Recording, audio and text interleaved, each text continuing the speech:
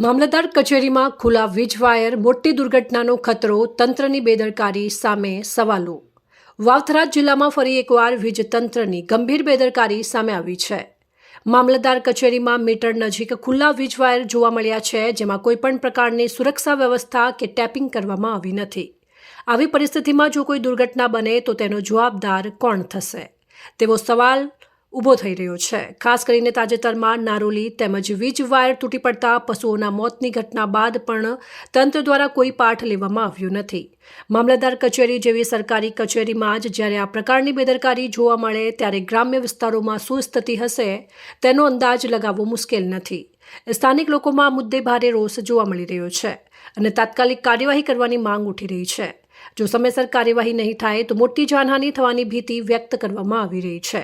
હવે જોવાનું એ રહ્યું કે તંત્ર આ ગંભીર મુદ્દાને કેટલા ઝડપથી ધ્યાનમાં લે છે અને શું પગલાં ભરે છે. અહેવાલ જીતુ બારોટ, સંબંધ ભારત ન્યૂઝ, થરાદ.